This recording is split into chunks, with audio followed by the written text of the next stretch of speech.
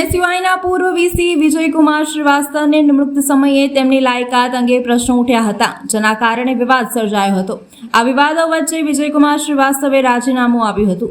રાજીનામું આપ્યા બાદ પણ તેઓએ ધન્વંતરી બંગલો ખાલી કર્યો ન હતો. તેમના પણ વિવાદ સર્જાયો હતો. જો કે તેમના ગયા બાદ પણ વિવાદ શમ્યો નથી.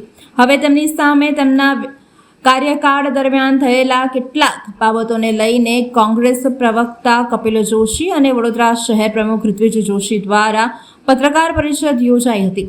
કેટલાક તથ્યો સાથે આક્ષેપો મૂક્યા હતા. કપિલ જોશી દ્વારા માહિતી અધિકાર હેઠળ માહિતી માંગવામાં આવી હતી, જેમાં વિજયકુમાર શ્રીવાસ્તવે કરેલા ખર્ચ સંદર્ભે ચોંકાવનારી માહિતી સામે આવી છે, જે બાબતે પત્રકાર પરિષદમાં જણાવ્યું હતું. સાથે જ પૈસા રિકવરી અને કાયદેસરની કાર્યવાહી કરવાની પણ માંગણી કરી હતી. જે પ્રેસ વાર્તાનું આયોજન કરવામાં આવ્યું છે, જેમાં મારો મુખ્ય મુદ્દો છે કે જે નકલી કુલપતિ ડૉક્ટર વિજયકુમાર શ્રીવાસ્તવ જેને લખલૂટ ખર્ચાઓ કર્યા એનો ભાંડા ફોડવા માટેનું આ એક પ્રેસ વાર્તાનું આયોજન કર્યું છે. અને આપના લોકોના માધ્યમથી આપ લોક નિમિત્ત બનીને આ વડોદરાની પ્રજા સુધી આ જે કૌભાંડો છે, આ ભાંડાફોડ છે, એ પહોંચશે. એના માટે અમે આજે પ્રેસ વાર્તાનું આયોજન કરેલું છે. અમારા પ્રમુખશ્રી અને અમારા મંત્રીશ્રી એ પણ આ પ્રેસ વાર્તાની અંદર એમના મંતવ્ય રજૂ કરશે.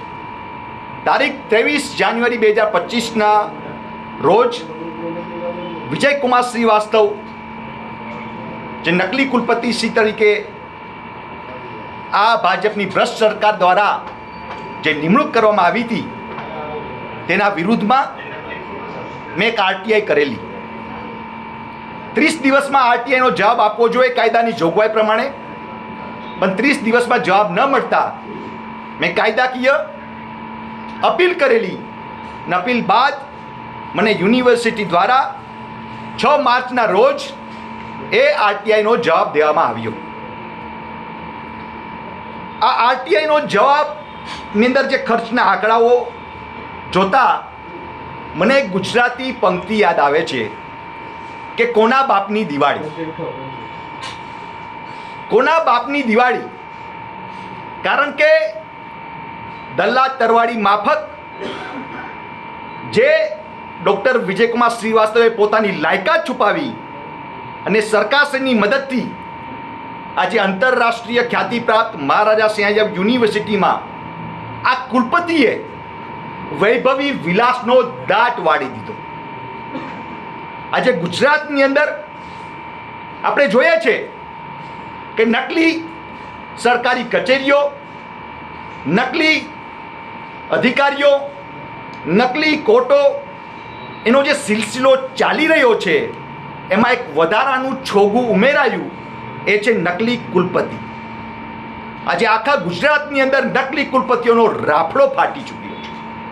એમાંના એક નકલી કુલપતિ અમારા જે વિજયકુમાર શ્રીવાસ્તવના જો હું ખર્ચાઓ તમને હવે એની પર નજર રાખું તો મને આરટીઆઈ માધ્યમથી જે મને મળ્યા છે ખર્ચાઓ, કે જેના વિદેશ પ્રવાસની અંદર એને ટોટલ 6 દેશોમાં 3 વર્ષની અંદર 6 થી 7 દેશોની અંદર એને ભ્રમણ યાત્રા કરી, જેમાં Japan, UK, Spain, America, France, Nepal, Italy જેવા દેશોમાં આ નકલી કુલપતિએ ભ્રમણ યાત્રા કરી અને એની પાછળ 21 લાખ રૂપિયાનો આ યુનિવર્સિટીને ચૂનો લગાવવામાં આવ્યો.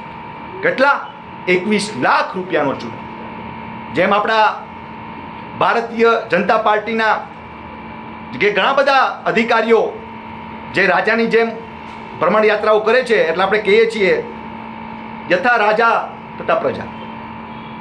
વળી પડિયાના પાટુની માફિક કુલપતિ જે પોતાની અસલી બાયોડેટાને છુપાવવા માટે જે વકીલ બાબુઓની નિમણૂકો કરી, એ વકીલ બાબુઓની પાછળ કોર્ટની અંદર 3,33,000 રૂપિયા આ યુનિવર્સિટી દ્વારા એ ચૂકવવામાં આવ્યા.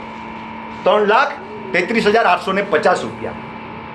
એની સાથે સાથે જે કાયદાકીય સલાહો લીધી, એ કાયદાકીય સલાહો એની પાછળ લાખો રૂપિયા, એટલે 12 લાખ, એટલે ટોટલ તમે જોવો તો 16 લાખ રૂપિયાનો ખર્ચો માત્ર કાયદાકીય સલાહ પાછળ ખર્ચ છે.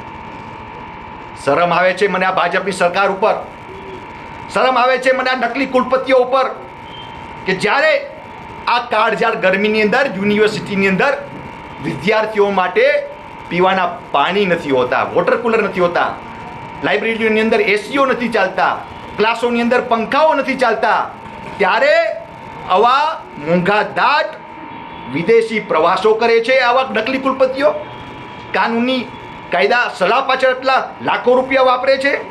ખરેખર આ બધા જે પ્રજાના પૈસા, વિદ્યાર્થીઓના પૈસા છે, ખરેખર વિદ્યાર્થીઓના કલ્યાણ માટે વાપરવા જોઈએ. હવે હું વાત કરીશ કે આ નકલી કુલપતિને પગાર મળવા પાત્ર એનાથી વિશેષ પણ એને એમના વાહન ખર્ચ માટે 9 લાખ રૂપિયા 18,000 એમની પાછળ ચૂકવવામાં આવ્યા.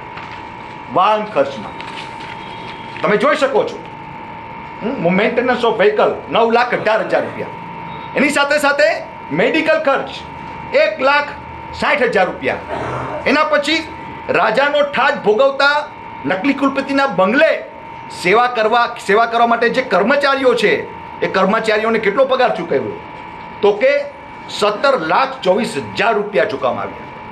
અને ભાઈ 24 કલાક એસીમાં બેસતા હોય એની જેમ MGVCLનું બિલ 3.5 લાખ રૂપિયા આવ્યું. એટલે આપણે સમજી શકીએ છીએ કે આ ટોટલ જે નવાબી રજવાડી ઠાઠની જેમ આ નકલી કુલપતિ અને આ ભાજપની ભ્રષ્ટ સરકાર, હું પૂછવા માગું છું શિક્ષણ મંત્રી ઋષિકેશ પટેલને, કેમ છાવરે છે? કેમ ये रिश्ता क्या कहलाता है પ્રોફેસર ડૉક્ટર વિજયકુમાર શ્રીવાસ્તવ જોડે? શાના માટે આ નકલી કુલપતિને તમે સજા નથી કરતા? કેમ જેલની પાછળ નથી ઢકેલતા? કેમ આની પાસેથી આ લાખો રૂપિયાના જે પ્રજાના પૈસા એને વેડફા છે એની રિકવરી નથી કરતા? શાના માટે? એટલે તમે સમજી શકો છો કે આ ભાજપની ભ્રષ્ટ સરકાર એટલી જ પાપની ભાગીદાર છે જેટલો આ નકલી કુલપતિ વિજયકુમાર શ્રીવાસ્તવ છે. વાત બહુ ગંભીર છે અને આ પ્રશ્ન છે મને કે આવા રાજાશાહી ઠાઠ